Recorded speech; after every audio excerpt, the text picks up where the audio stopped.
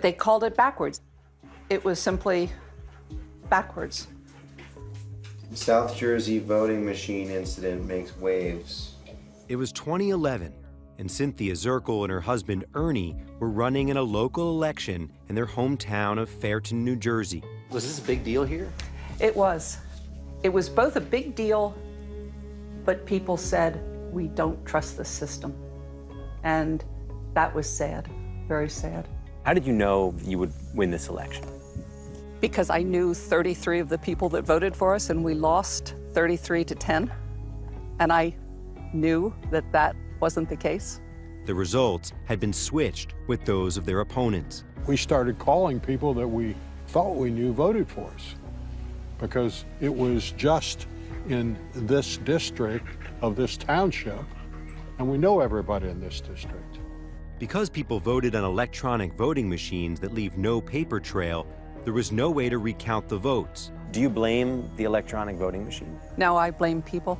And unfortunately, I think that no matter what system you come up with can be rigged. The FBI investigating accusations Vladimir Putin and the Russians were trying to sway the election. The system, folks, is rigged. It's a rigged, disgusting, dirty system.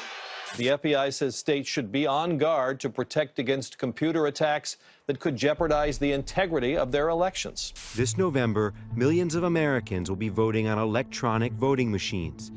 In 5 states, people will be casting their ballots exclusively on touch screens that leave no paper trail, as well as in individual counties in several other states. When you have an electronic voting machine with no paper ballot, then you're completely relying on the software in the voting machine to tell you who won.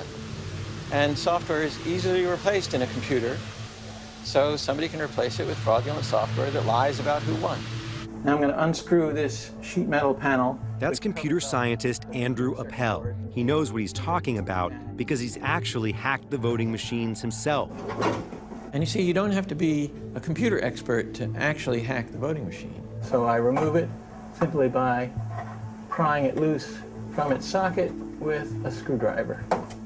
If it's a really close election, then one swing state will make the difference.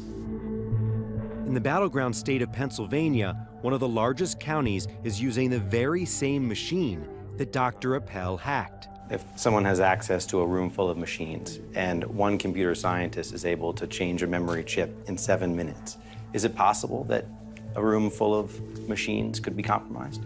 Honestly, I don't know how you could do it in 7 minutes. You could maybe, once the panels were off, it may not take that long. In our case, there would be some evidence of tampering that the judge of election would obviously notice that next day. These machines are put into a school, they're in a warehouse. Is it secure? Each polling location is supposed to have a secure locked room in which the machine is placed. The machines themselves have a lock on them. And then we have, and I'm not going to explain it, but we do have also an additional tamper-evident safeguard. Election officials point out that Dr. Appel's hacking methods require being able to physically access the machines. So we went to see how hard that would actually be in Mercer County, New Jersey. This is the warehouse. We have 600 machines in here, and we have several cameras throughout. I believe there's 8 cameras throughout the building. Could someone get in here and switch the memory chips at night without you knowing about it? No, because the alarm would go off, the cameras would come on and record them coming in, and by the time they even tried to get into a machine, the police department would be here. So you actually program this to say, this button's for Hillary Clinton, this button's going to be for Trump? No, that's done by Dominion. Dominion is the company behind the machines. We reached out to them, but they didn't respond to our request for comment. Would you prefer that this machine had a paper ballot attached to it? I think it'd be great if voters could walk out with a piece of paper that said your votes were recorded for these candidates. And if we had the funding to make that available to voters, that would be a great thing. The federal government actually gave states lots of funding, hundreds of millions of dollars, to improve their voting systems after the 2000 Bush-Gore election disaster in Florida. To try and prevent future problems, states moved away from paper ballots to electronic voting machines. But there was one big issue with the new machines. It didn't have a paper trail. There was no way to verify how they voted. Inside this Florida warehouse, there are hundreds of electronic voting machines that won't be used by the general public in November. Do you understand why voters don't trust these things? They said that they wanted a paper trail. They wanted to be able to see where their votes, how their votes were captured. And you can't see that on here. So Florida purchased new machines again for the 2008 election, spending millions of dollars to give voters a verifiable paper trail. So these are the optical These are machines. optical scan machines. When a person votes on these machines, they'll put in the paper ballot. If there's a big discrepancy, we can go into that bin, pull out the paper, check the paper again. So why are voters in more than a dozen states still voting on paperless machines? We don't have a national process for voting. Maybe we should. We should be able to run elections not worrying about can we trust the results if the computers aren't hacked, but can we trust the results even if the computers might be hacked? And the kind of paper trails available through optical scan ballots give us that assurance. What's important is to get more and more of the states into technologies that are secure against hacking. Despite concerns, election officials say they're ready for November. We're very confident that we have taken every step possible to make these machines secure. I cannot tell you that any system is 100% secure. Even paper ballots, people make mistakes with the tabulation of them. But I'm comfortable that we have taken every step possible to make this particular machine secure. As for the Zirkles, they ended up winning their election after a judge ordered a new vote. Still, they have little faith in our electoral process.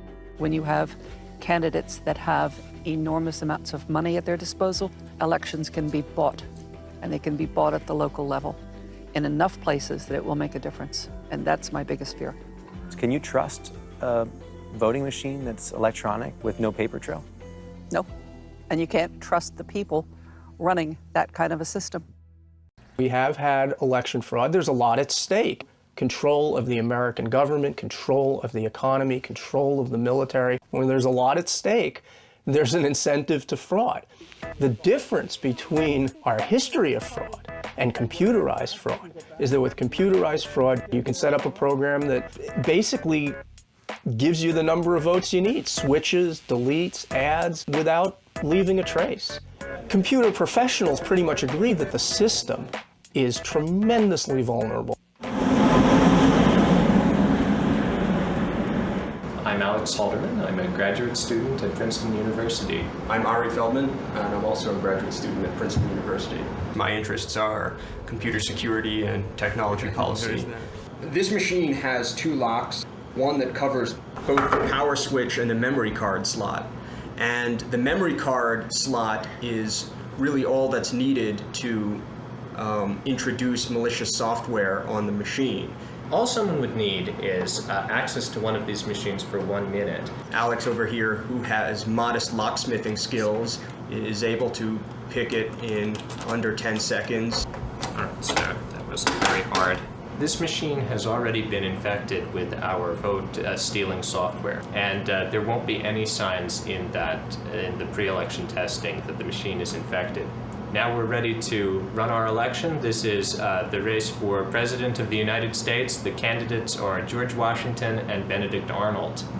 They walked me through the election. And so we can cast a vote for George Washington, and then press next. I'm going to cast my vote for George Washington as well.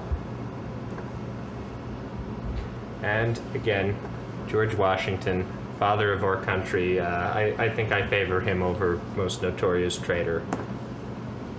And, all right, so...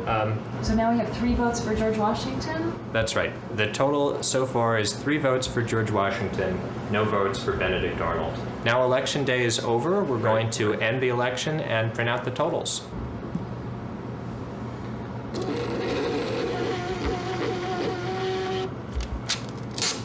And we see the total. 1 vote for George Washington, 2 votes for Benedict Arnold. How did this happen? Our demonstration vote-stealing software running inside the machine switched 2 of the votes from George Washington to Benedict Arnold. It switched all of the records, so there's no way to go back now and find out that the actual result was 3 votes for George. The Diebold AccuVote TS voting machine that the Princeton team hacked is an earlier version of the machines currently in use in Allentown. I'm Levi Price. I'm the Chief of Staff at Lehigh County. And you were the one who purchased the new Diebold voting machines. I was involved in the purchasing. When we looked at those, we looked at the possibility of tampering. We changed the passwords for each election. The password didn't stop us for more than a few seconds. One, you have to have the technological capability of altering the software. The memory card is just a standard off-the-shelf memory card that you use in your digital camera. The smart cards you can buy over the internet. We have 700 separate machines. Each of those 700 separate machines is locked with a different key. You don't need to break all 700 locks. Because a viral attack is possible, all you need to do is infect one or a small number of machines. And then the virus and your malicious vote-stealing software will spread from machine to machine during normal election procedures. But what if we had a paper trail for the touchscreen machines? Would that make them more reliable? There is no reason to trust a touchscreen or DRE system with or without a paper trail, period. You can hack the paper trails as easily as you can the internal numbers. Matt Bishop is one of the foremost experts in the world on computer security. Many of the vulnerabilities can be exploited in a very straightforward manner. Meaning it's not too hard. Meaning it's not hard at all. Are the elections being rigged? Yes, our evidence shows that they are. Evidence like the 2004 presidential recount results in Ohio. Jesse Tendler was a regional coordinator for that recount. I was in charge of about 10 different counties. Not only was there discrepancy between the hand recount and the original certified vote, in most cases there was also a discrepancy between the hand recount and the machine recount in every precinct in every county. That's a little confusing, so let's look at it carefully. In almost every precinct he was involved in, there was a difference between the hand count and the machine count. Here are some of the differences. In Bradford Village, the official certified machine count had 3 votes more than the hand count. In Piqua 2A, the machine count had 8 votes more. Troy 3E, 14 votes more. The machine seems to be adding a small number of votes each time, but could those small changes really have mattered? The differences are absolutely meaningful differences. Difference of 6 votes per precinct could change the results of the entire election.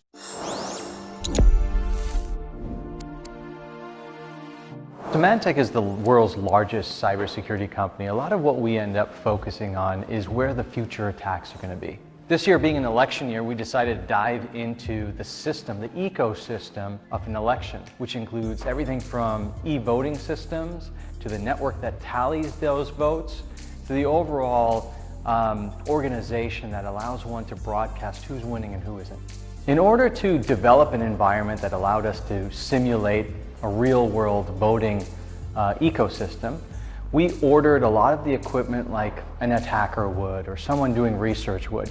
We went to an online auctioning site where we were easily able to purchase an e-voting system from the last election for a few $100s. We also were able to buy the chip cards that are used to be an identifier in this in the process of e-voting, and we also were able to buy some of the things that program those chip cards.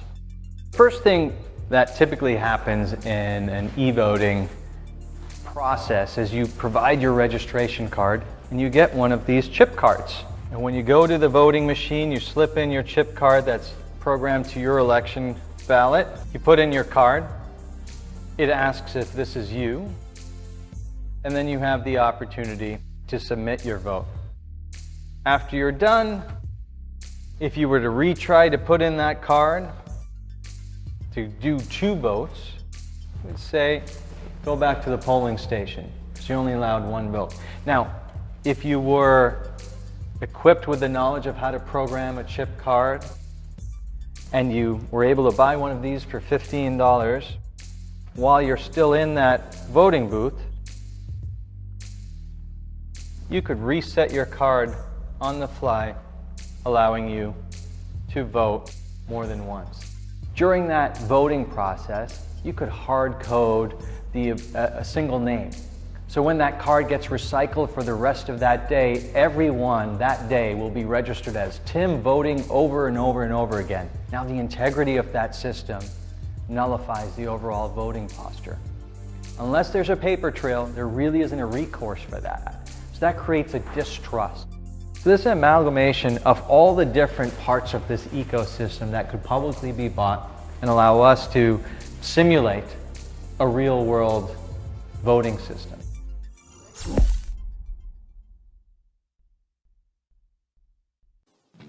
DEF CON is an annual hacker conference, and in my world, conferences tend to be these sort of big sponsored events with elaborate advertisements everywhere. But DEF CON is very unique in that everybody who attends, including press, pays $300 cash to attend. There are no sponsors. It is a fiercely independent spirit on display there. And it had set off, when we arrived, a sort of paranoia in Las Vegas. You know, the word hacker has these dark connotations, and so people were going to elaborate lengths to try to protect themselves from hackers. Everything from cab drivers to the wait staff at a restaurant we ate at were saying that they were turning their phones off when they got in the vicinity of these people. When we got there, we were in fact made to feel pretty welcome, and it turns out that the people in attendance are not the loners, you know, working on behalf of the Russian government, at least none that we saw. People tend to, the tradition there is people coming in who are either employed by big companies helping them to imagine the worst case scenarios that hackers might perpetrate on them, or just independent spirits who do that kind of thing for intellectual curiosity or other motivations. We were there specifically to attend something called the Voting Village, which is something that's gone on for 3 years, and in this, its third year, they had assembled some of the most common voting machines in the country, both systems that are on the front end that you and I use to actually register our vote, and the back end, tabulators and so forth, that you would feed a paper ballot into or that oversee a system. What was so interesting was I assumed coming into it that the big manufacturers, companies like ES&S and Dominion, had provided these machines to the hackers to, you know, field test them. But no, it turns out there's an extremely hostile relationship there, and that ES&S and Dominion and other companies have basically said we don't want to participate, and really have been quite aggressive in saying we don't want to be part of this. So the organizers were reduced to finding these machines on eBay, which right there is pretty terrifying, because it turns out that anybody can buy some of the most common machines in use on eBay. What was really alarming was when you see these hackers, and these are people who've never seen these machines before, have had no practice on them for the most part, come in and engage them, they immediately get into the guts of them. Beyond that, we were seeing Dominion's image cast system. It's a line of tabulators that paper ballots are fed into. That had its guts all over the room. It was not clear to us whether this was the most recent version of the image cast hardware, but it's important to know that Georgia just spent over is about to spend over $100 million on a contract with Dominion to provide image cast hardware to the state in time for the for the next primaries and for the 2020 election. And yet here these kids were who had opened it up. They said, look, you can pop the front off of it, and here's a port you can get into right here. That's easy. You know, all kinds of stuff that you could certainly do within 6 minutes behind a curtain, much less if you had extra time, because any of these were connected to the web, as we discovered a couple of days before. So many of them are. So at the end of the event, Voting Village issues a report, and so we'll be expecting one from them, and they're very transparent about it. I mean, the spirit of this event was transparency, trying to get these vulnerabilities out into the world so that I guess the idea is that the companies will be forced to correct them in some way. The front of each machine was a little post-it that showed off what had been found out by the various hackers. So at one point, you know, the admin password was just sitting there on there, because it turns out that the same admin password, it applies to multiple machines across the room, and those machines were created in the 2000s, which means that they were in fact created so you can't change that admin password. They're just locked for all time in that way. There does not seem to be any political momentum on some of the bills that are under consideration right now around trying to keep these machines off the internet, or trying to establish some sort of certifiable ballot, paper ballot system, or any of the other things that have been proposed.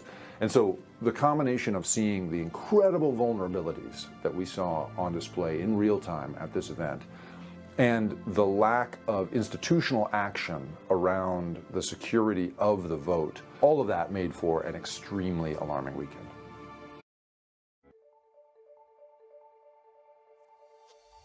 So what we were able to do is to go out to an online auction site and buy 2 machines. Less than $100 is the cost of entry into your exploitation and vulnerability research. So this is what the machines look like when we booted them up. They're fully assembled. So now what we'll start to do is dissect them and see what we can find out as far as exploitation vectors. So I've only had access to this for a few minutes. I mean, literally a few minutes. And I can already see the threat landscape of this machine. I have a DB9 port here. I see the chip for the operating system is not glued in. Pretty carefully, I can pull that out. Now, what that's going to allow me to do is to leave the machine behind, and I'm going to take this chip and put it inside of my reader writer and start looking at what's installed on it and what the OS has for exploitation potential. Another thing that's disconcerting to me with this is that this is the smart card, and on the back side of this I can see that the communications cable is not secured either, and that would allow for someone to put a shim in here. If someone wanted to install a defeat device, they could put it right here and then plug it back in, so the smart card would function as normal, but it would change information as it goes in. All the model numbers are on these chips, which really they should have been removed or redacted or ground down. I mean, I can clearly see that this has 1 gigabyte, so I'm assuming that that is probably on the cache side of it. We have way too much information on here. All of these here start to have a piece of the puzzle that you can put together to start formulating your exploitation vectors. So what we have here is a smart card. And this is from our Hack the Vote initiative that we did. In this particular machine, there's 3 different cards. One's a supervisor card. The other is the actual voter card when someone goes in to vote. And then there's a 3rd card as well. So what would happen is that the person inserts the card, and we're going to see that it's not reading our card because we've yet to load it with the code. But the fact that it is detecting it is kind of interesting. We're going to look at some system logs. First of all, what strikes me as being interesting is that this is saying that it's using OpenSSL. It gives the version number, which is bad because if there are any exploits into that, then we know exactly what version it is. We can see that there was an administrator card that was inserted, and then it had the original date and time, and then we'll see down here where the date and time was set with the administrator card. Now, what's disturbing about that is that if this machine was to be booted up before the election day, someone could insert an administrator card and then pre-populate some votes. We see down here, this machine's actually done 1,434 votes from what we can tell. So with this, it's just kind of disturbing that someone could change the date to either close the precinct a few hours early or maybe pre-populate with some votes. We don't know quite what precinct this came from because it just says Stark County. So we're just going to see if we can find any other information in here. So what we see here now is 122 Myers Lake A, maybe Avenue. And that M Lake _ Can, don't know, maybe Canton, Ohio. And it says Party Democrat. So it says that there was a card created, and I guess maybe they are tracking if the card is for a Democrat or maybe some other party affiliation. So just having the precinct information, now I know what machines are being used in the precinct. So like I said, we have 2 different style voting machines, but we know for a fact that that precinct possibly uses this style. So if I'm going to exploit that precinct, I'm going to do it with this style machine. So that's some pretty good information. So if we look through here, whoa, what is this? What is this? Yeah, this isn't good here. So apparently something, let's see, something through this error. And with errors, you get a lot of information that could help. All right, so this machine error log was written on March 2013. However, this error was thrown in 6/11/2012. So to me, I would be looking at when the election happened. Did this error come before the election, during the election day, or after the election? But looking through here, there's a lot of information that we can gather. We see things like windsock.dll, so we know there's some communications that can happen here. Toolhelp.dll, all of these are DLLs that are associated with Windows components, but what that will allow us to do, things like with taskmon and stuff like that, is to see, are there any exploits into these sub-processes? If so, it may lead to exploitation inside the machine. We also see that it's probably the main program is this ballot station.exe. We see a lot of those in there. So all these error logs are very good clues to what's going on. And the one thing that we found that was interesting was a little bit of clear text in here is TAHOMA. So not sure what that is. Maybe we will look and see if there's a candidate with that name or something, because that could let us know what was being displayed on the screen at the time the error was thrown. So you could imagine if someone had an exploit into this, and every time someone tried to vote for that candidate, it throws an error and says, you know, vote tabulated or stuff like that. So all of these things are telltale signs into what's happening with the machine. And with this error message, I'm going to research further and see if I can deduce what actually happened when this error message was thrown. So what we have here is the what they call the security status, right? And so here is the key hash where you see that they're using 128-bit AES encryption, which is good. But the one thing that's a little bit on the disturbing side is that this key has expired in July of 2013, but the issuer here doesn't appear to be one of the major issuers of certificates. Not saying that that's horrible, but that means whoever issued this ticket, the whole integrity around the communications and the encryption on this device resides on where this private key is. We don't know if this is on somebody's laptop that could be stolen. We don't know if this is inside of a secured air-gapped network, as most of the certificate authorities are, and stuff like that. After looking at this for the limited time, and looking at the amount of information that this device has given us, that's not necessary. And also, all this information is being gathered without us doing any kind of exploitation. We showed you a few things that we would start looking at, but the fact is that this machine booted up and presented us this information is a little bit disturbing. This is yet giving up more stuff. So we see that it says data transfer over SSL and TLS. So we know that there's some IP-based data transfers that can happen. We showed some communications chips on there. We see that there's user-defined security keys and supervisor pins. User-defined. That means that probably these devices, these pins are set once they go out to whatever district it is and stuff like that, because it says it's user-defined. So yeah, there's a lot of stuff in here that is worrisome. And I'm pretty confident that with the amount of information this machine gives up, then we could develop a exploit into this, given how wide the vectors are and the landscape. So the first thing I would do is have a plan pre-formulated. And since the election data is housed on a glorified thumb drive, type thing, I would look at manipulating it that way. So it would be a simple, I walk up, I have my key for this, I pop something out, I put something in. That would be the vector. So the one thing that I am happy about is that this machine was for sale online. So hopefully this precinct has updated their machines. However, this same machine is probably one that's being used in one of 9,000 other precincts around the US. Hacking has been a significant part of this presidential election, with emails from former Secretary of State Colin Powell and the Democratic National Committee being released and talked about. But could a hacker actually change your vote? Federal officials are adamant that that would be nearly impossible. But is that correct? Senior correspondent Eric Shawn investigates. Can a machine be hacked? I have demonstrated how to hack the ABC Advantage voting machines that we use in New Jersey. He is the bane of election officials because Princeton University professor Andrew Appel says a touchscreen voting machine, the type used in about 10 states, can be tampered with. I unlock the back door.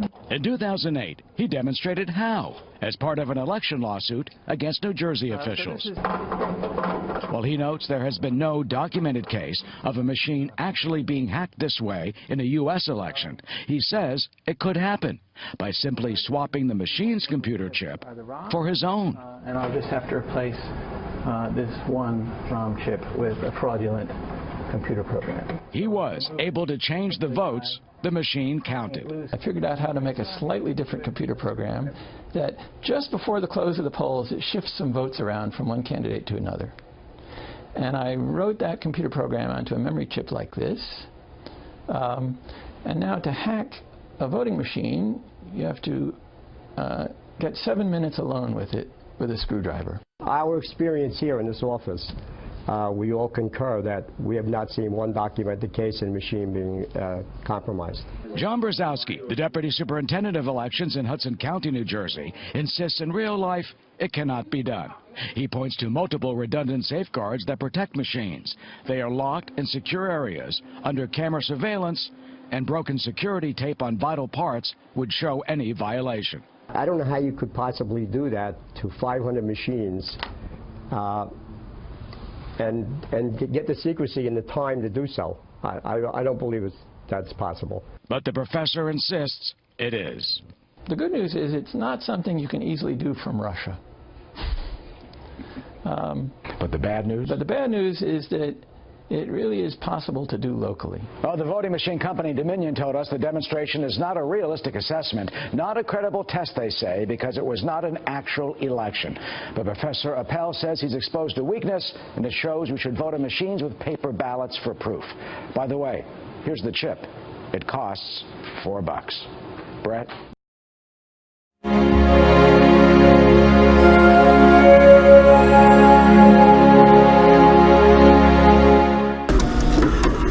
John Warner's full-time job at Argonne National Laboratory is testing the security strength of the world's most sensitive areas. Oh, we do international nuclear safeguards. We break into real security systems. His part-time job is changing the course of fictitious elections on real electronic voting machines that more than a quarter of American voters use. These machines are modularly designed.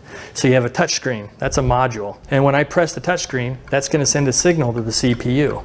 Well, the CPU is going to respond back with something. And all I did is intercept that communication flow. If I like the vote, fine, let it go through. If I don't, I change it. Warner manipulates voting information on the electronic machines using a small custom-made remote control device. If it sounds simple, that's because it is. We believe that a very resourceful 12 to 13-year-old would be able to essentially produce these alien electronics that can hijack the machine. Roger Johnston heads up Argonne's Vulnerability Assessment Team. I think our view of at least the voting machines that we've looked at is that there really isn't much security thought put into these devices. Johnston says security concerns are not isolated to the way the machines are made.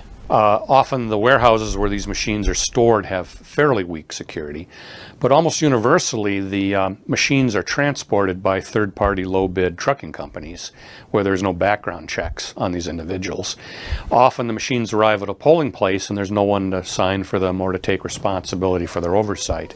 So there's often quite a period of time when these machines could be tampered with. Johnston's group tested 2 different electronic voting machines out of about 12 different models. We think that the type of attacks that we've demonstrated on these 2 machines would probably work on quite a number of other electronic voting machines, but we don't know that for sure. We simply haven't had the opportunity to try. The 2000 presidential election in the United States was decided by several hundred manually entered votes in the southern state of Florida. The recount of those votes and problems in how the ballots were marked fueled a drive to have more electronic voting machines for the next election.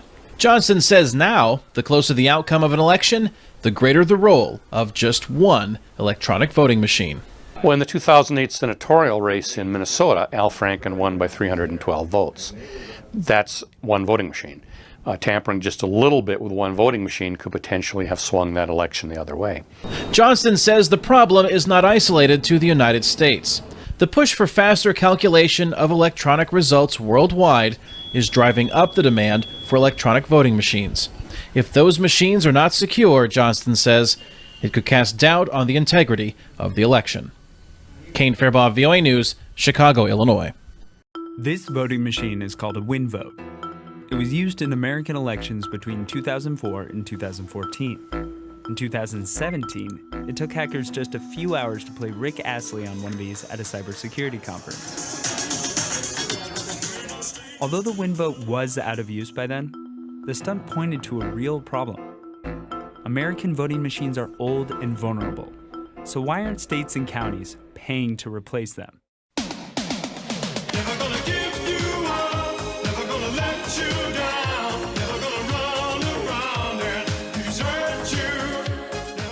In most of the U.S., voting machines are over a decade old.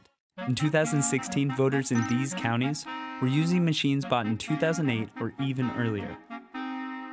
At that time, this was America's most popular cell phone. Fast forward to 2018, and the greatest threat to these machines probably isn't hacking. They're not even connected to the internet, so remote, large-scale meddling would be almost impossible. The biggest problem is that they're so old, some of them may not be working right. For over a decade, there have been reports of apparent vote flipping, machine errors, and hardware breaking down across the country. But even though this happens every election, very few machines have been replaced. And to understand why so many machines are failing now, you have to look back at the 2000 election between George Bush and Al Gore. And the lead story at this hour is the state of Florida is too close to call. A nation waits. Election officials decided to count all of the ballots by hand. Punch hole is called a chad. Pierced, but still attached. Hanging chad, and whether it's an allowable vote. What ballots count and what ballots don't count. A hanging chad is the partially torn piece of paper left on a ballot that isn't fully punched out. When the 2000 election went to a recount, Florida officials had to figure out whether hanging chads represented a vote or not. Clearly punched their ballot correctly, and there's a hanging chad on the back. It may read one time as no vote, and then a second time as a vote.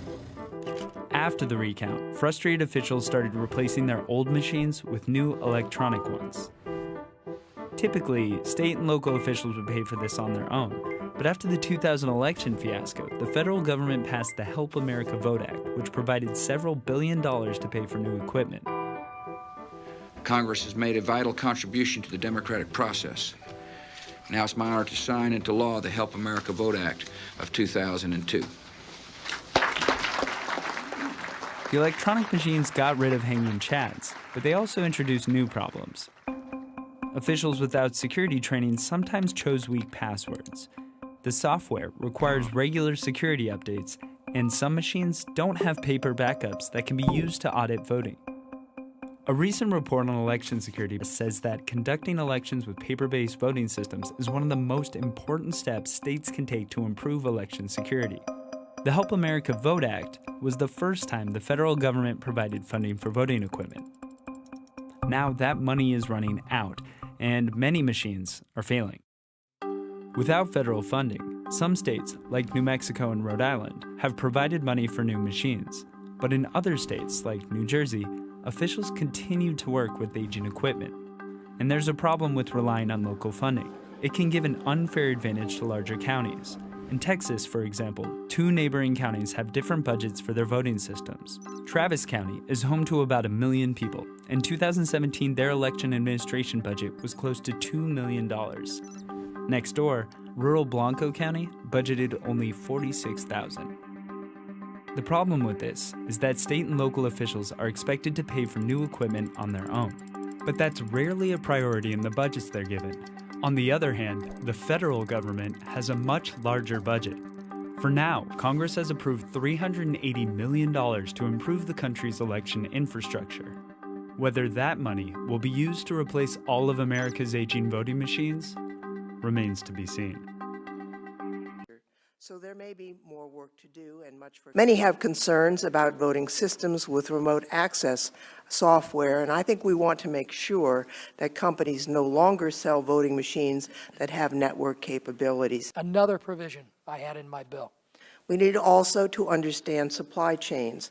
In December 2019, a study released by Interos, a supply chain monitoring company, showed that 1/5 or 20% of the components in a popular voting machine came from China-based companies. Furthermore, close to 2/3, or actually 59%, of suppliers within that machine's supply chain had locations in either China or Russia. ESNS equipment, the company Diebold that went out of business that you spoke of. It is important that an auditable paper trail be required for every vote cast. ESNS has stopped selling new voting machines that do not produce an auditable paper record as the primary voting device. The technology comes to be in terms of... The election industry is far better informed, better supported, and more agile when it comes to cybersecurity threats as a direct result of the Department of Homeland Security's designation of the American election system as critical infrastructure. Systems and services to jurisdictions across. For 2020, we have been working closely with jurisdictions seeking to upgrade their voting systems. Older end-of-life technology is being replaced with certified solutions that produce paper records for auditing and resilience. Not addressed in the original HAVA language. Is there any method of voting that's 100% secure? No. No. No.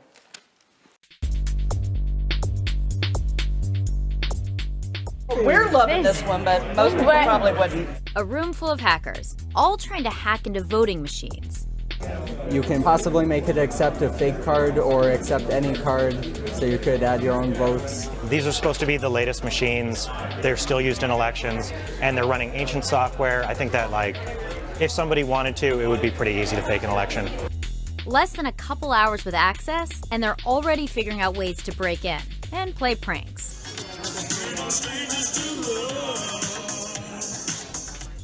But it gets more serious. So you could leave the security key into it and still inject. I feel like I'm the only one here that hasn't found a vulnerability. It's not what you think. They've all been invited here to demonstrate just how vulnerable the tech we rely on for our elections can be. The experiment is the brainchild of Jake Braun. He's a former security advisor for the Obama administration. You know, with everything that happened in 16, what we're trying to do is get this industry to mature from a cybersecurity perspective, so you don't have folks saying what they are now, which is things like machines are unhackable or databases are air-gapped and can't be changed. It's not clear if any actual machines were infiltrated in the 2016 election, and no one has suggested any physical votes were changed. But intelligence officials agreed that Russia was able to meddle with other election-related systems. This inspired Braun and the organizers of this year's DEF CON hacking conference to collect over 30 pieces of voting-related equipment, including voting machines and a mock elections office, and tell a group of hackers to try any means necessary to break into and reverse engineer them. And it didn't take long. Several were compromised within the first hour and a half. So if you're a voter in America, we're likely hacking a machine that you vote on. There's a few dozen of these machines and also electronic poll books. In some states, people check in on an electronic device as opposed to a paper book. How you cast your vote varies from district to district. Some places use this machine, some places use that one. Some counties only vote on paper ballots, but almost all of these machines are still in use somewhere in the United States. Some of the hacks might not work if your district has updated the software on the machines, although many don't. We can go in and hack this lock within 10 seconds. You gain access to the operating system. We could actually remove this and clone this particular USB. We could go back and start looking at and reverse engineering what's on this image and determining the various ways that we can impact this particular operating system. No one will believe you until... You guys, no one will believe you? If they see XP, they're very happy. Hey, good Lord. Did he just say good Lord? I like that every time it reboots to Windows XP, you hear people groaning behind us. The machines you use to cast your vote aren't the only point of entry for attackers. Other election-related systems, like campaign networks and registration databases, are also at risk. The vulnerabilities at the voting machine level are very localized, and what we're trying to simulate out here is the entire back-end network. There's a lot of mischief these guys can do without ever actually having to physically get access to a machine. If they were just to go in and mess up the voter file, you could have millions of people showing up at the wrong precinct or showing up at the right precinct, but the name's wrong in the poll book, and then all of a sudden, now they don't know where they need to go. Intelligence officials have stated that Russia was able to influence the election without the need to penetrate actual voting machines by breaching DNC computers, accessing staffer emails and opposition research. The Department of Homeland Security also found that they targeted election-related systems in as many as 21 states. If you wanted to go in and specifically manipulate vote counts on every single machine in America, that'd be really hard to do. Right. But you don't need to do that to have an impact on the election in 18 either. You don't only have to flip a couple Senate seats to have an impact on U.S. Congress. If it can be done, there's a chance it's already being done. If a nation state, a criminal organization, if they would start doing this, they would have stolen databases, they would have stolen machines, they would have manuals, they would have studied. Right. They have started with nothing a few hours ago. The uphill battle they have fought to get where they are is incomprehensibly more difficult than what real criminal would need to do. Do you think that nation states, real criminals, already have an idea of some of the vulnerabilities that are being discovered today? Absolutely. It's all documented. It's in public documents. It's not hiding anywhere. You can go actually to Secretary of State websites and download and learn hundreds and hundreds of vulnerabilities. By the end of the weekend, all of the available machines had been hacked successfully, including an electronic poll book system that still contained the personal data of over 650,000 Tennessee voters in Shelby County, information that hadn't been properly wiped before the machines were resold. The county's administrator of elections told CNN Tech that they are looking into the incident, and that as far as they're aware, the information exposed on the poll book is already publicly available through a request to the board. 5 years ago, I made a video for a channel called Computer File about why electronic voting is a bad idea. And I still get emails occasionally asking, things must have changed by now, right? There's this new idea and maybe it'll help. Surely electronic voting is just around the corner. No, it's really not. Here is why electronic voting is still a bad idea. Elections have some very unusual requirements. There are two key features that are almost opposed to each other: anonymity and trust. So first, your vote should be completely anonymous. There should be no way that anyone can find out who you voted for, even after everything's been counted. That way, no one can bribe you or threaten you to vote a particular way. In the UK, if you mark your ballot in a way that could potentially identify you, so if you sign it, for example, then that ballot is not counted. This is why election officials are worried about people taking selfies with their ballots, because you should not be able to prove how you voted afterwards. Otherwise, you can have attacks like $10 off for blue voters, or entry to this party only for yellow voters, or vote red or you'll regret it. Votes have to be anonymous. The second requirement is absolute transparent trust. The system needs to make sure that your vote is securely and accurately counted, sure, but it also needs to be obvious to everyone, no matter their technical knowledge, that the system can be trusted. So if you're using paper, you place your ballot in a sealed box that doesn't get unsealed until everyone with a stake in the election has someone representing them in the room. There should always be people from more than one side guarding it, or at the very least, witnessing that there's a tamper-proof seal being used for transport. Voters need to be able to trust that their vote will be counted, even though they'll never see it again and it can't be traced back to them. And at no point is a single person put in a position of trust. People can be corrupt or threatened or incompetent or all three at the same time. Now, physical voting is not perfect. It can be attacked. It has been attacked. The UK's own paper system doesn't fulfill both of those requirements perfectly. It is possible to identify voters from their ballots if a court orders it. And there are stories about that being done outside the law too. But the key point is not that paper voting is perfect. It isn't. But attacks against it don't scale well. Physical voting is centuries old, and in that time, almost every conceivable fraud on the system has been tried, and defences have been found. The more physical votes you need to change, the more people you need to influence, the more time and money it takes, and the less likely it is that your little conspiracy will stay secret. In a UK election, there are hundreds of polling stations across the country, with staff made up of scores of employees and thousands of volunteers. The job of changing a significant number of votes, enough to sway an election, becomes very, very difficult. People have attempted it. Some people have been convicted. A few have probably gotten away with it on some scale. Granny farming is the term that shady operatives use for going round all the retirement homes and getting vulnerable elderly people to sign a proxy vote, a paper saying that someone else can vote on their behalf. And yeah, on a small scale, that has worked. But once you start scaling up that attack, it becomes extremely difficult and time-consuming, and the chances are you're going to get found out. With electronic voting, that's not the case. So first, let's talk about electronic voting machines. That's where there's a computer at the polling station, so voters still go into a booth. It's just that they are pushing buttons or tapping things on a touchscreen, not writing on paper. Problem number one, trusting the software and the hardware. In theory, our voting computer could be running open source software where anyone can see and check the source code. In practice, that doesn't happen.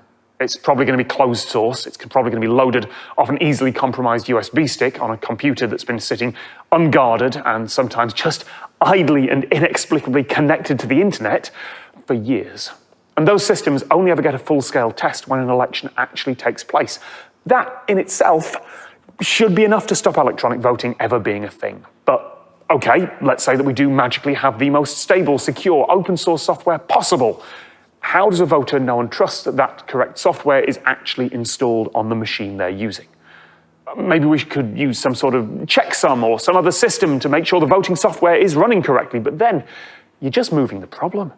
Now you have to trust that that checksum hasn't been forged, and almost no voters will actually understand what that check even means or why they should trust it.